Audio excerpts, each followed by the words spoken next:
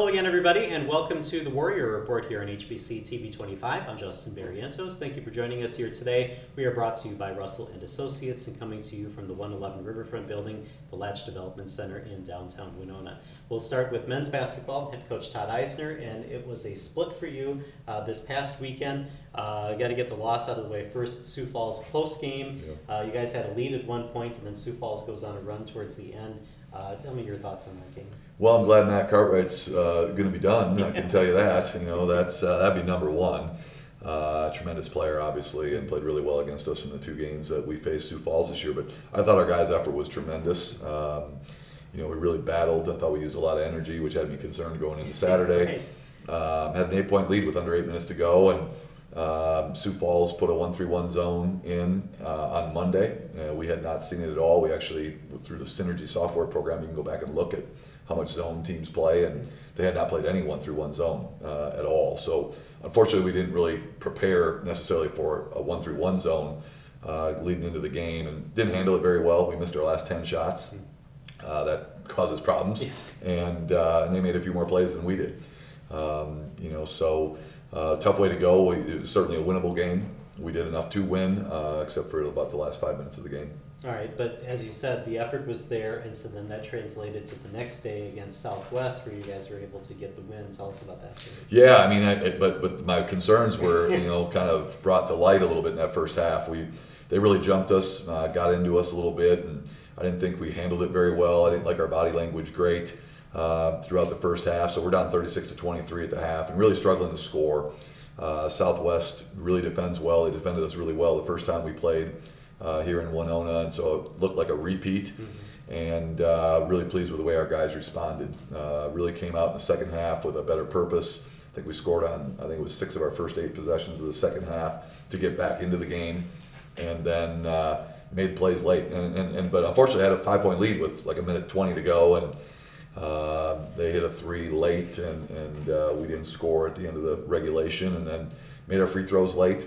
James Kelly was big at the free throw line, and Connor Dillon was 4 of 4, and got a couple really nice stops, and so that was a big win for us. We needed it. We had to win it. We didn't get any help. So I mean, we got to the locker room and saw that we didn't get any help. So it would have been really deflating if we wouldn't have gotten it done. And anytime you can go to Southwest on the road, they had a great crowd there. They had their tropical night, and so the students were all going crazy, and our guys handled it really, really well. Yeah, and we kind of rushed through those 2 games because we want to talk the playoff scenario here, which you were trying to explain to me before, and I can't believe that you had that all straight in your head because there's so many variables that come in. You play a split game, or split games this weekend. Right. You play Thursday, and then you come back Saturday to play your final home game of the season. Against Minnesota State, this is kind of must win, and really the playoffs started this past weekend for you guys, right? Yeah, I mean, unfortunately we put ourselves in such a hole. You know, we've really battled out to a point where, you know, we can at least have our head above water right now, but we've got to finish the deal. And Mankato's in the same boat. I mean, they're 10-10, we're 9-11. Augustana's 10-10. So the 3 of us are fighting for the last two spots from the South to get into the conference tournament, and yet the 4 teams above us are all fighting for first place. So there's a lot at stake in the league. I mean, it's just scary that right now we're in 7th place. We're in 3 games out of first place, which is just crazy, you know. And so the South is really bundled up. But you know, we know we have to win Thursday. There is a scenario where if we split this week and Augustana lost both, we would still get in. We don't want to mess with that, preferably. But there's also a worst case scenario where we could win both and not get in if we tie with Mankato, because if Sioux Falls or Wayne is the #1 seed, we would lose the tiebreaker to Mankato. So there's just a ton of scenarios. The best thing we can do is take care of ourselves and win both games, starting with Thursday. Thursday's going to be a tough game. They obviously had a really good comeback the first time we played them, which is 2.5 months ago. They're very talented, can really score it. Especially on the perimeter with Willingham and Moore, and then Kyrese Willingham's playing better and better. So we got our hands full Thursday, and that's the priority right now. It's all of our focus right now, Monday through Wednesday, is on the Mankato game, and you know, I expect our guys to go out and play really well. It's got to be frustrating that so much of this is out of your hands. I mean, like you said, there's the nightmare scenario where you win both games and you still don't get in. So, you know, how do you approach that? I mean, how do you talk to your guys about that? Even though you can put your best foot forward. Yeah, I mean, you take care of your own business. Yeah. I mean, at the end of the day, you can't control what other people are doing. We've put ourselves in this spot. I mean, we've had our hiccups. Certainly to start the year, we were 1-5 in the league at one point in time. So, I'm really pleased with the way we've battled back. Yet we got a lot of work to do. Yeah. And we've played well. We should have won at Mankato last year and kind of gave it away at the last couple of minutes of the game. And we've had some good wins over there.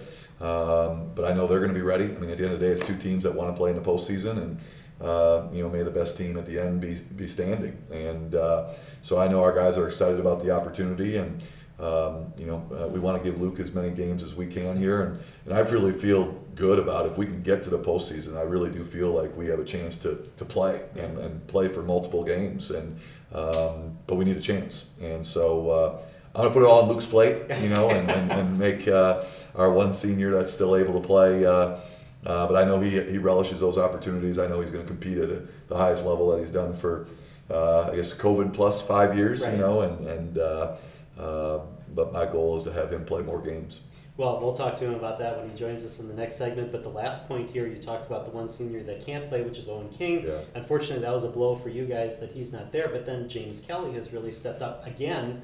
To give you guys a chance. Yeah, it makes our lineup a little different. Obviously, we moved Luke over to the wing, and Luke's kind of our Swiss Army knife, and Luke will tell you he can play the point guard position, but that's not going to happen. Okay. So it moves Luke to the wing, and James played very well, especially in the second half at Southwest. But we miss Owen, and I do believe with that zone that Sioux Falls threw at us that we hadn't seen before, that if Owen would have been out there, we would have got the looks that we wanted, and I really do believe we would have won the game. I mean, he just does so many of those type of things, gets us settled down, gets us shots we need in terms of kind of controlling our possessions offensively, in terms of passing and seeing things. But he's not going to be there, and so other people have to step up. James did a great job of that on Saturday, and we're going to need everybody to step up here Thursday, Saturday this week. All right, well, good luck on Thursday, and then we will see you on Saturday for the last home game. Yeah, appreciate it. Thanks. All right, we're going to take a break here on the Warrior Report. When we come back, Luke Martins will join us right after this. For over 60 years, Russell & Associates has been helping individual and business clients achieve what matters to them. Our trusted advisors have the expertise and experience to help with long-term plans for personal finance, business finance, or wealth management. Focus on what matters most. Call Russell & Associates Certified Public Accountants and Advisors today at 507-452-3100 or visit us online at russellcpafirm.com. Meet Jenny Siseski of Edina Realty. With nearly 30 years' experience, she knows that right now is the best time to sell your home. Jenny will help you get top dollar, higher than ever before. With today's low interest rates, it's time to upgrade your home and increase its value. High demand and low inventory also make this a perfect time to list your home. Call for a free market analysis. Contact Jenny Siseski at Edina Realty today, 507-458-7038. And welcome back to the Warrior Report here on HBC TV 25. We are brought to you by Russell & Associates, coming to you from the 111 Riverfront Building, the Latch Development Center in downtown Winona. And here to join us one more time is Luke Martins. Thanks for coming back here. Thanks for having me again. So you heard what Coach had to say. Everything's on your plate. Not really. But, how much pressure do you feel knowing that you guys have to win against Minnesota State, you have to win against Concordia on Saturday? I wouldn't say it's pressure. It's basketball. I love the game. It's kind of pressure is a privilege type thing, and I don't see it as pressure. I just want to win. Nothing's changed ever since I started playing basketball. So, you're 5 years here at Winona State. The coach just called you a Swiss Army knife. I mean, sometimes you're the main scorer. Sometimes you're the guy that's the distributor. Sometimes you're a rebounder. Sometimes you're a defender. He said maybe you could play the point. I don't know if you think you could play the point or not, but that versatility in your 5 years here at Winona State, what has that meant to you to know that you can exceed in any of those roles and that maybe someday you're called on any of those roles? It means a lot. I mean, Eisner has a lot of trust in me to wherever I need to be, and whatever we need that game, I want to do to help us win, and that's what we're going to need to finish out the season and hopefully make the playoffs and go from there. So. Is there any one game that stands out to you in your Warrior career? I mean, maybe it was the Augustana game earlier this year, the 31-point double overtime game. Is there any big game for you this? I'd say that game, obviously any other playoff game in the Pentagon, but I guess mainly the one that comes to my mind that you brought up was the Augustana game. I mean, that was fun. You know, who doesn't love scoring and such, but I'll do whatever it takes as always, so. What was it about that game? Was there anything special that day? Were you feeling it that day? It was just one of those days that apparently I was feeling it and I needed to step up, and like I said, some games, or like you said, some games I score, some games I rebound, you know, I'll do whatever, so. You heard Coach say that the team is going to be playing for you to get you more games and to be able to play a little bit more. Has it sunk in yet that your final games are coming up here and you don't really know which one is going to be your last one? Well, hopefully it's not going to be, you know, my last 2 games, and so I'm not thinking about that quite yet, and hopefully we'll get a couple more in after that and play for a chance to win the SIC tournament, so. All right. Looking back at this season, knowing that you've had to have more of a leadership role, although I think you've had that a lot of your years here at Winona State, what has it meant to you to be a leader for this team this year? Being a leader of this team has been amazing. I mean, this team is so close. I mean, almost every year I've been here, this team has been just a tight-knit group, and be able to lead a team like this has been tremendous. 1 through 14. I mean, we all play for each other. We all want to do what it takes to win, and we all just love each other like brothers, and that's why we do it. So. All right.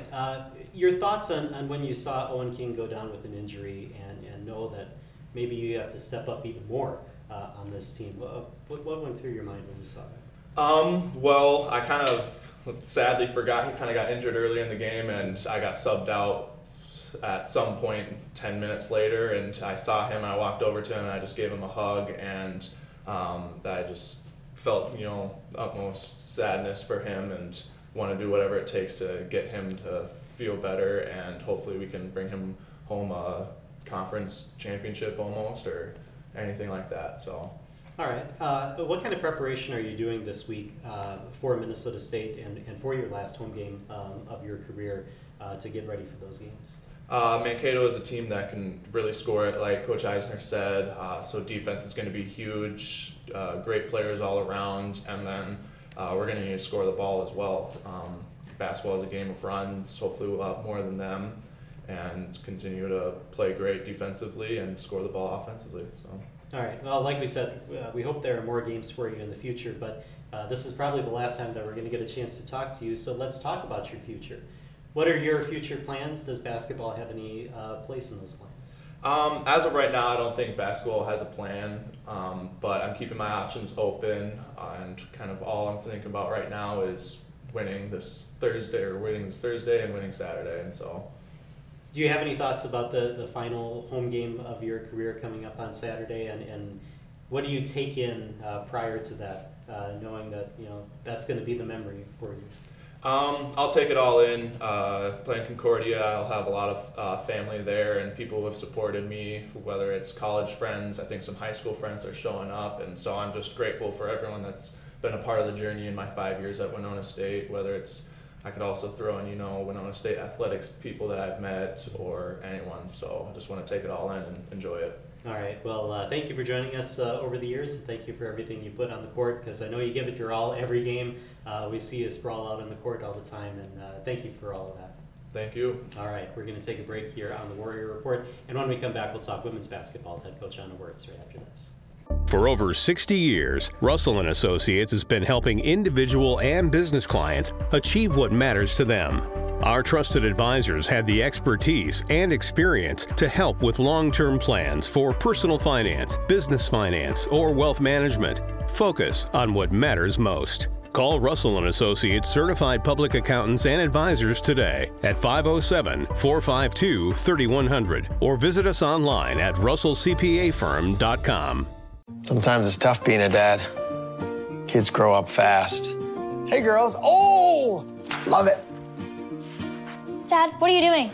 I'm TikToking. Is he serious? Don't even want me around anymore. You know when I first started noticing it? When I stopped getting hugs. Hugs mean a lot to a dad. So, with Command IQ, I found a way to get the hugs back. Watch. Dad, the Wi-Fi is down. Oh, let me See if I can fix it. It's back. Thanks, Dad. You're the best. With Command IQ, you can bring the hugs back.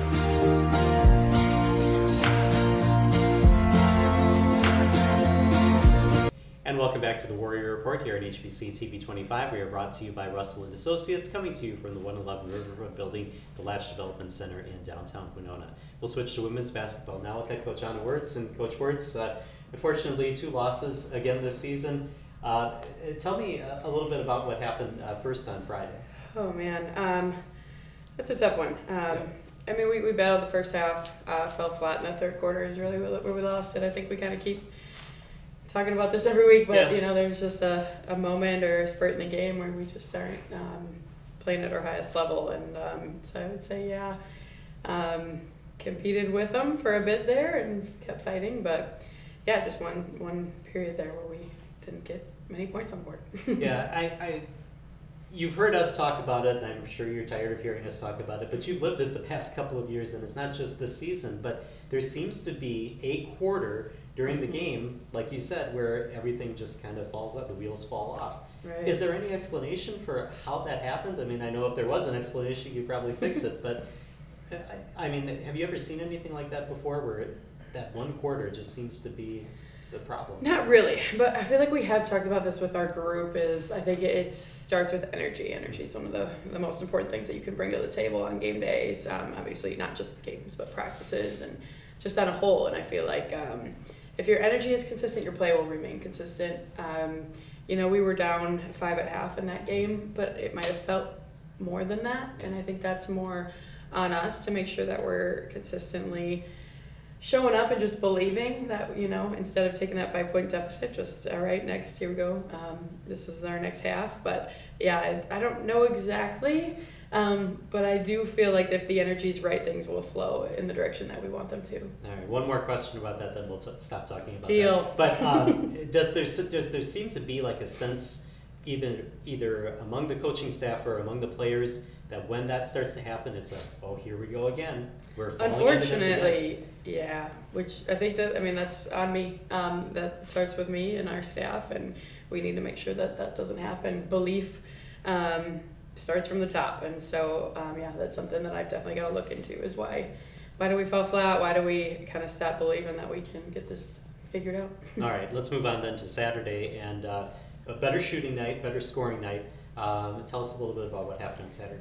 That was just a really fun basketball game to be part of. Although, you know, hate the moral victories, but it was just really fun to coach, really fun to be part of.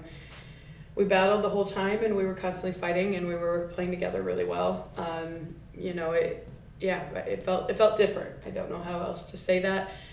Despite not winning, the game felt different. It felt like we had more control in that game. So it was a fun basketball game to be part of.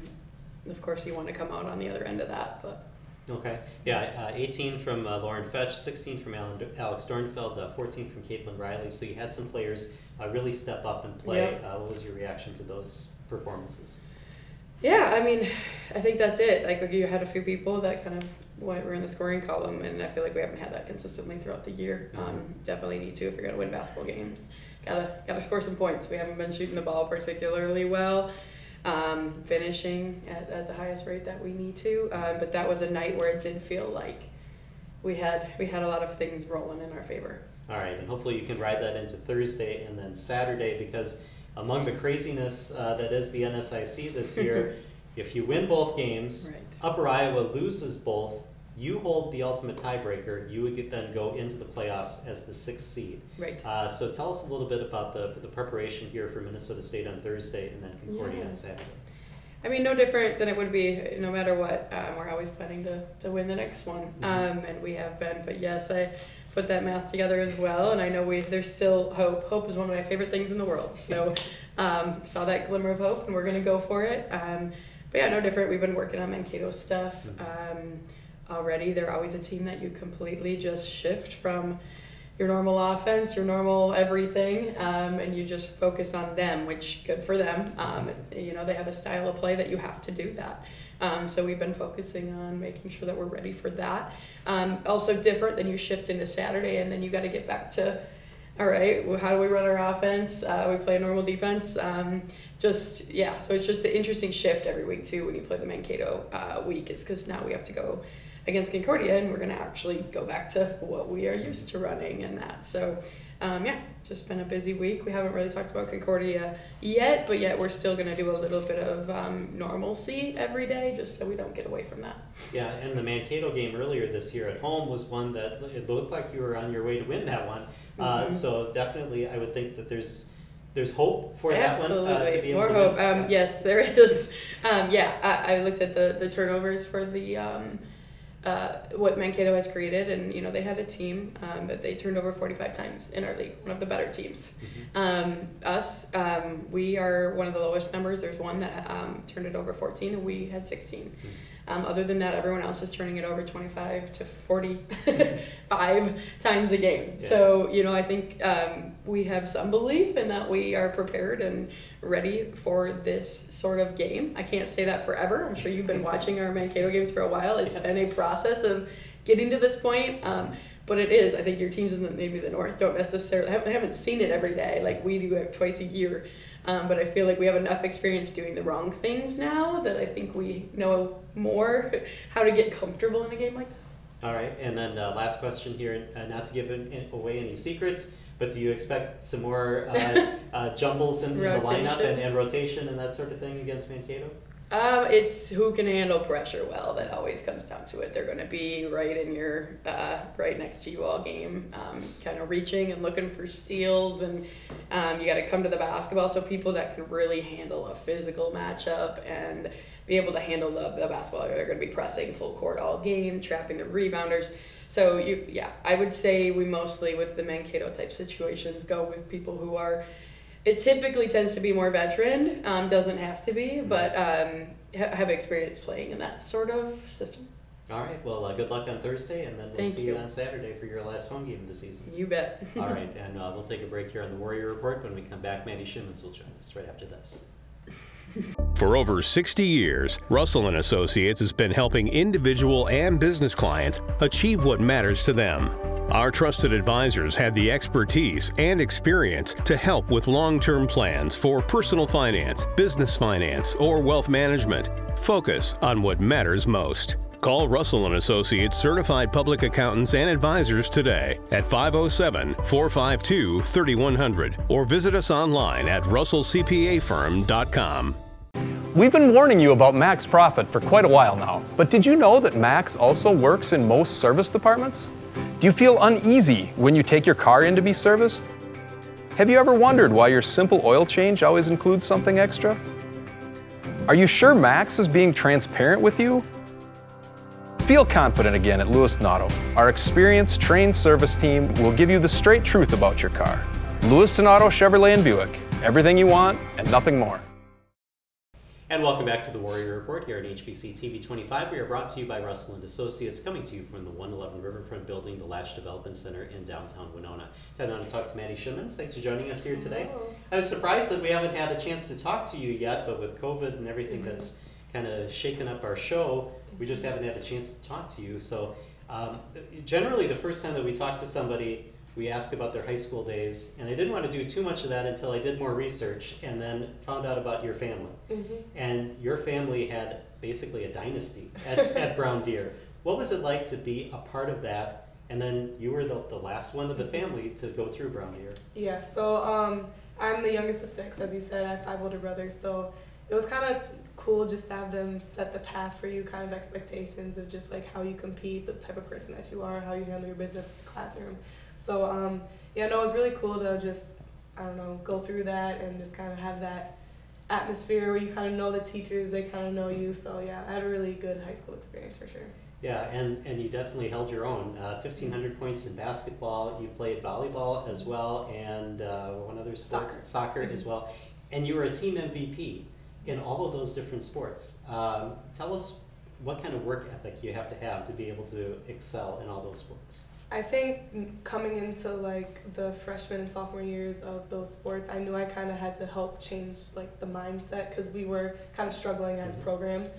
So to just try to get people to believe that we can win and just kind of create like a winning culture. So I think that's kind of what I focused my energy towards in my high school career. Okay. What was it about basketball then that made you want to pursue that in college? Basketball, I've always loved basketball, and when I got to high school is when I kind of realized I wanted to like play a college sport, and I did end up choosing basketball. I think I just had the most resources in that and had a lot of good connections there, and it just was really my first love, so yeah. All right, and then Winona State. I know that a lot of people say, oh, I don't even know where that is. How do you decide that Winona State is the place that you want to become? Winona State was perfect in almost all aspects for me. It was close enough to home, but not too close, you know. Just having a really genuine coaching staff. I came in under Coach Ballard and Ana Wurtz, coaches who care about you on and off the court.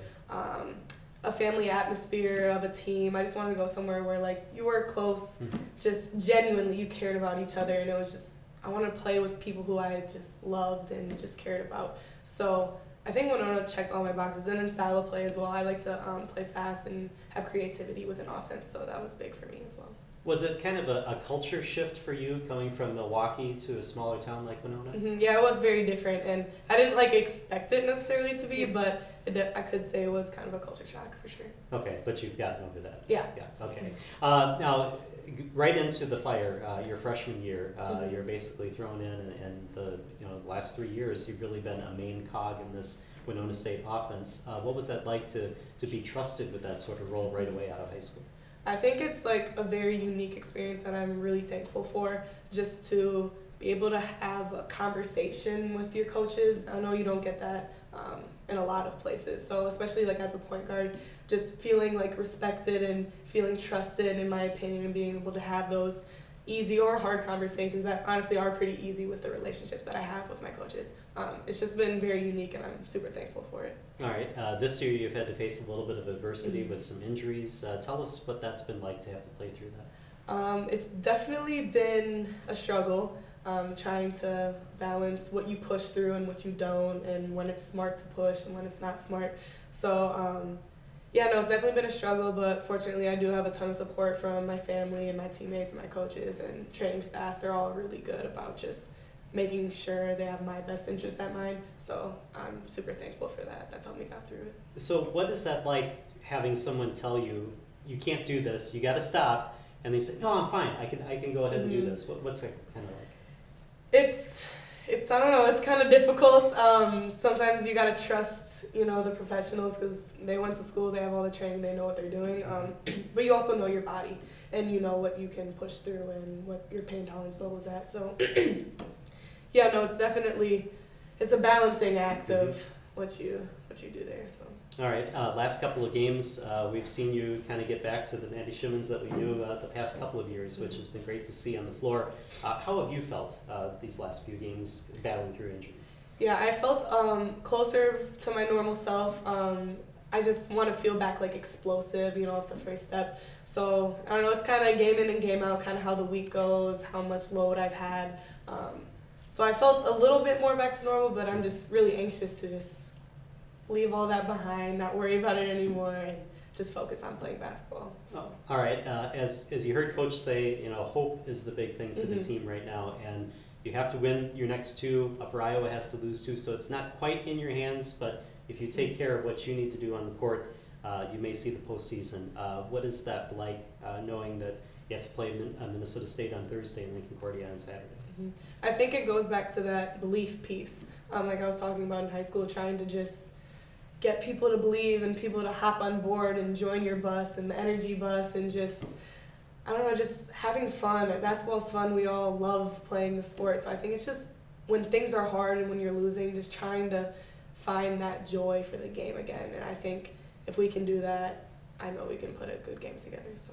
All right. Well, best of luck on Thursday and Saturday, and thank you for joining us here today. Sounds good. Thank you. All right, and thank you for joining us here on the Warrior Report. We'll see you next time on HBC TV 25.